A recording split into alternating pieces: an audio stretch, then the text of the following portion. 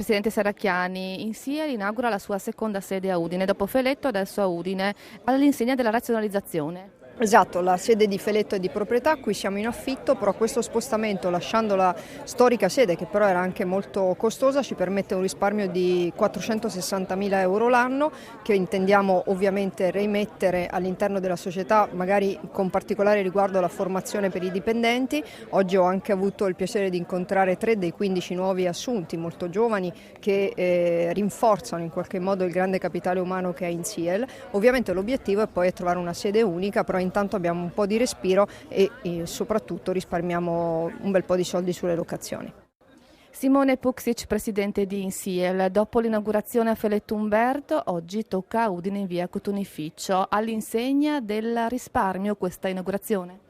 All'insegna del risparmio e dell'efficientamento dei costi, ma anche del miglioramento della condizione lavorativa delle persone, un lavoro sempre più collaborativo, sempre più smart, con un risparmio significativo di costi anche legati all'efficientamento energetico dei nostri edifici, per cui 2 sedi, una più piccolina e una più grande qui dove siamo adesso a Udine, una a Feletto Umberto e una appunto nel comune di Udine. Siamo molto contenti di essere partiti, di essere pronti insomma, per questo 2016 che ci sta riservando un impegno significativo per accompagnare la Regione e le importanti riforme che sta portando avanti.